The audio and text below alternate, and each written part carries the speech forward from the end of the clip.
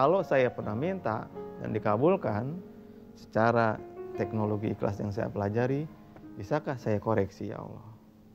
Maka di situ Allah pasti mengatakan, kalau engkau mau, koreksi sekarang. Saya lakukan bertobatan, saya minta izinnya, saya ikhlaskan masalahnya, dan saya lakukan seperlunya doa yang saya pahami. 3 minggu kemudian saya periksa lagi ke dokter. Ini tidak mungkin.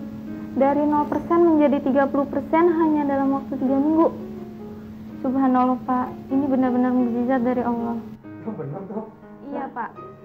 Kita bisa ngomong ya? Ini benar-benar kemajuan yang bagus. Ini sulit sekali dipercaya Pak. Dokter. Alhamdulillah.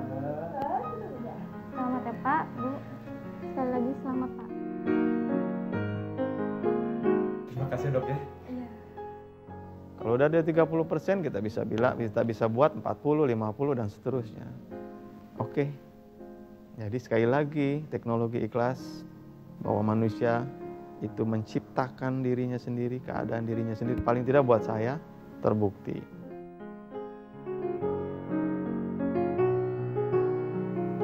Itu saya belajar banyak dari proses titik balik ke dalam diri saya. Dan kira-kira setahun kemudian anak saya lahir. Tapi waktu lahir saya tidak bahagia cukup lama, karena begitu lahir pun saya sudah dikasih tahu lagi bahwa anakmu ini bermasalah, kata dokternya. Masalahnya di jantung. Jadi momen itu turun lagi saya, dan itu memaksa lagi saya untuk masuk lagi ke dalam. Ada apa di sini dan seterusnya saya pelajarin lagi. Begitu seterusnya. Yang saya tahu dari Mas Nunu, saya karena beda jaraknya jauh dengan Mas Nunu sekitar 15 tahun ya. Jadi saya cuma yang dari pandangan saya sendiri gitu, dari kacamata sendiri, memang dia orang yang penuh misterius untuk saya gitu loh. Orang kayak mungkin karena dia mencari sesuatu yang saya nggak tahu apa yang ada di pikiran dia saat itu, saya masih kecil kali ya. Dan saya cukup dekat sama Mas Nunu. Dia sayang sekali sama saya kan. Ketika saya ada di dalam masa kegelapan, ya, dan kemudian saya mendapat pencerahan, waktu itu saya merasa, wow, masalahnya hilang semua, dan saya tahu itu ada dalam dirinya saya. Dan kemudian saya cuma merasa, bukankah ini yang diinginkan oleh semua orang?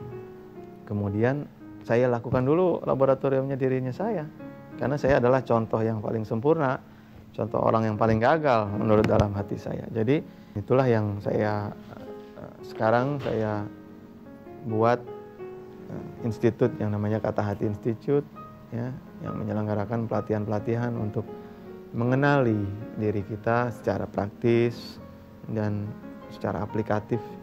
Ya bisa dibilang, dan saya bangga sekali.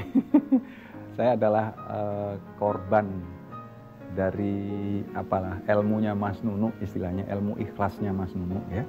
Dan banyak orang yang masih belum percaya waktu itu, dan saya praktekkan dalam kehidupan saya sampai saya itu berani untuk keluar kerja waktu itu hanya karena dengan cara yang lebih baik, yaitu ikhlas itu bisa membantu saya ke depan lebih gampang gitu.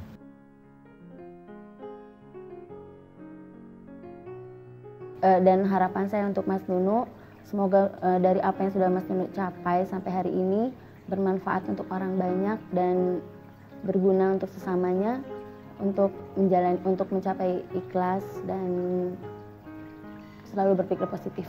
Itu aja.